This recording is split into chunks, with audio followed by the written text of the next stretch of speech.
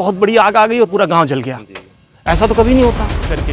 हम ये नहीं कहते कि ज्योति मौर्य सही है या आलोक सही है या फिर वो मनीष सही है। सही कोई भी हो सकता है, गलत सभी हैं। इसलिए गलत सभी हैं कि हर कोई ने अपनी अपनी जगह पे अपने अपने पदों का दुरुपयोग किया है या अपनी सोच को उन्होंने एक दूषित समाज में फैलाने की कोशिश किया या समाज को दूषित करने का कार्य किया है। प्रेमेल विवाह भी व्यभिचार का एक कारण है, या पैसा और मदिरा जिसके जीवन में आ जाता है वो भी व्यभिचार का एक कारण है। बिना दूरियों के कोई तीसरा व्यक्ति कभी भी प्रवेश नहीं कर सकता, चाहे हमारे आपका रिलेशन हो, चाहे किसी भी पति पत्नी के बीच का रिलेशन हो। अगर बीच में कोई गैपिंग है तभी तीसरे के लिए जगह दिखेगी। अगर गैपिंग ना, परिपक्वता जो है वो व्यक्ति को उचित और अनुचित कार्य करने से रोकती भी है ना। तो अगर उनके अंदर परिपक्वता पूरी तरह से नहीं, हो सकता है कि वो पद पर पहुंच गई हैं लेकिन सामाजिक रूप से परिपक्वता उनके अंदर अभी उतनी नहीं आई है जितनी हो जानी चाहिए थी। वो बेटियां, वो बहुएं जो कुछ करना चाहती हैं, कुछ बनना चाहती हैं, जिनमें ललक है वो बन भी सकती हैं। लेकिन ऐसा सुनने में आया लगभग 100 से 150 परिवार के लोगों ने अपनी अपनी बहुओं को, अपनी अपनी बेटियों को वापस बुला लिया घर में कि आप घर में रहो, घर से पढ़ाई करो, आपको जो करना है यहाँ से करो। एसडीएम ज्योति मामले में सर आपका क्या राय है इसमें? देखिए, ये एक ऐसा विवाद है जो कहीं ना कहीं पूरे समाज को प्रभावित कर रहा है। और ये एक तरह से जो सोशल मीडिया ने अपनी जो एक हो हल्ला मचा रखा है, गैदरिंग मचा रखी है। ऐसा नहीं है कि पहले ये चीज़ें नहीं हुआ करती थी, पहले भी हुआ करती थी, आज भी हो रही हैं। लेकिन किसी चीज़ को इतना ज़्यादा हाईलाइट कर देना कि जिससे पूरा समाज प्रभावित हो जाए, उसके कहीं ना कहीं पक्ष में नहीं है। ज्योति मौर्य ने जैसा भी किया, उनका व्यक्तिगत जीवन था, उनके हस्बैंड के साथ उनका व्यक्तिगत रिलेशन रहा है। ऐसा नहीं है कि वो 2023 में ही एसडीएम बनी और 2023 में उन्होंने ये निर्णय ले लिया। उसके पहले वो प्राइमरी की टीचर भी बनी, 6 महीने तक उन्होंने प्राइमरी में सर्विस दी है। उसके बाद वो पीएससी के लिए सेलेक्ट की गई हैं, यूपीएससी के लिए सेलेक्ट हुई हैं। ट्रेनिंग का पीरियड एक निकला 2015 से लेकर के 2022 तक का उन्होंने एक सफ़र तय किया। जैसा बीच में कोविड का समय भी आया था, कोविड काल में लगभग सभी अधिकारी अपने अपने घर पे थे। खास करके वो अधिकारी जो एक बड़े पद पे थे, जिम्मेदार पद पे थे, वो समाज में टहल रहे थे, वो समाज को व्यवस्थित कर रहे थे। तो कहीं ना कहीं उस समय भी उनकी बहुत बड़ी भूमिका रही थी। अगर हम उस पर प्रकाश डालें तो उनका एक बहुत सराहनीय काम रहा है उस पर। लेकिन हम बात उस पर नहीं करेंगे कि उन्होंने उस समय क्या किया। हम बात इस बात पे करेंगे कि इन्होंने क्या किया अपने व्यक्तिगत जीवन को लेकर के, अपने हस्बैंड और वाइफ के रिलेशन को लेकर के।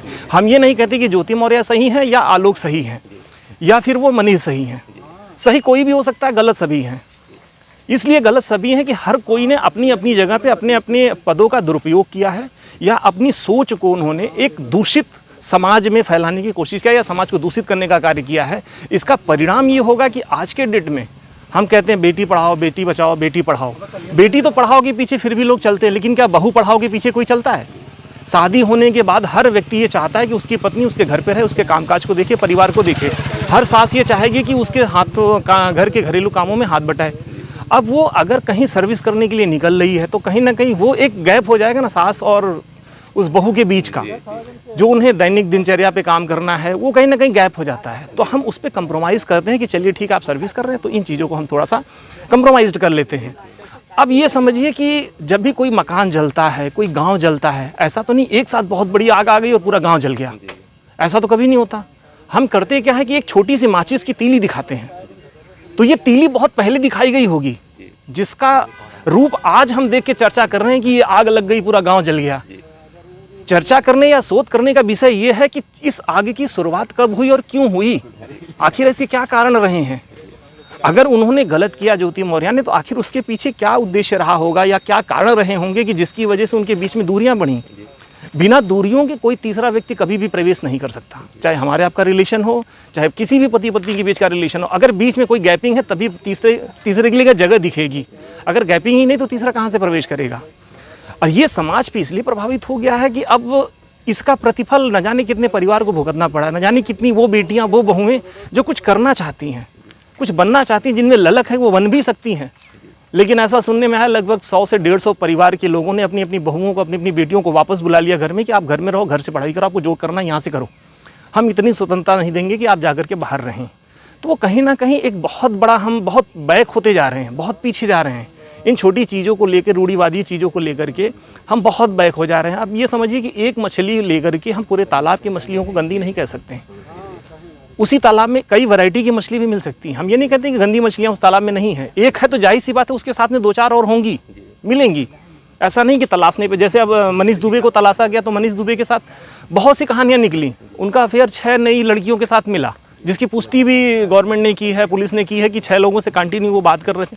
उनका एक अपना टेक्निक था कि वो शादी.com पे रजिस्टर करते थे, वहाँ से लड़कियों के नंबर लेते थे, चैटिंग करते थे और अपने पद का दुरुपयोग करते थे।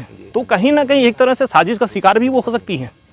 और इंसान जब प्रेम में होता है, भावुकता में होता है, उस समय निर्णय कभी सही नहीं ले पाता।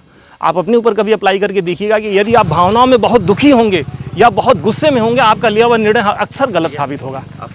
तो ये हमारा अपना एक व्यक्तिगत विचार है। उनका व्यक्तिगत जीवन में उन्होंने क्या किया वो जाने। हाँ, लेकिन उनके इस कार्य से पूरे समाज पे जो प्रभाव पड़ा है उसकी हम निंदा करते हैं।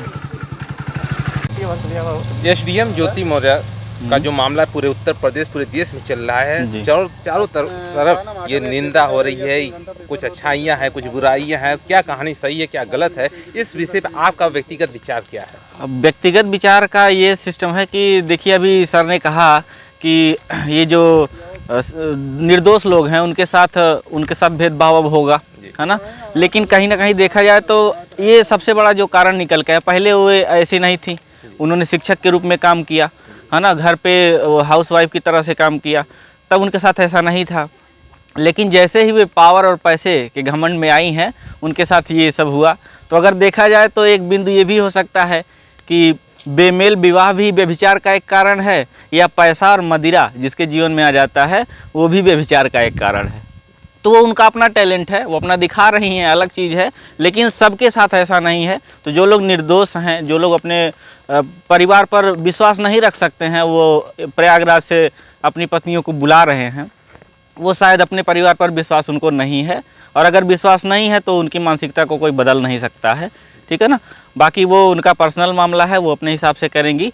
जिनको विश्वास है वो अपनी बहुओं और बेटियों को पढ़ाएंगे, जिनको नहीं है वो नहीं पढ़ाएंगे। अच्छा, जिस तरह से एक पति विश्वास करके एक पत्नी को पढ़ाता लिखाता है, पद मिलने के बाद कुछ इस तरह की घटना जो सामने आ रही है, उस तरह की घटना आती है, तो क्या वो सीधी सी बात है कि सर, परिपक्वता जो है ना, परिपक्वता जो है वो व्यक्ति को उचित और अनुचित कार्य करने से रोकती भी है ना।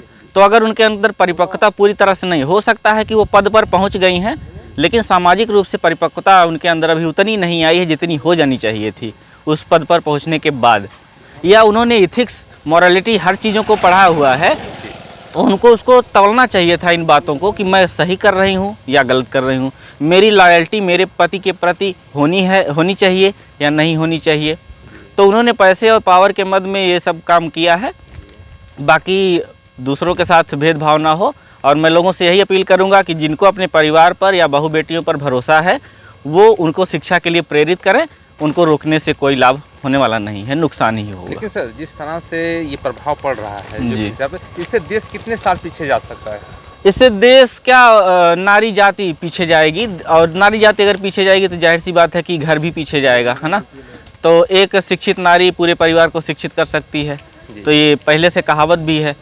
तो प्रभाव तो पड़ेगा, पर बहुत ज़्यादा तो नहीं कह सकते, लेकिन प्रभाव जरूर पड़ेगा समाज पर जी। लेकिन अब जिस तरह से ज्योति मौर्य एक अच्छी, लोग कह रहे हैं कि अच्छी पत्नी नहीं बन सकी, अच्छी माँ नहीं बन सकी, क्या वो अच्छी अधिकारी बन के रह सकती हैं?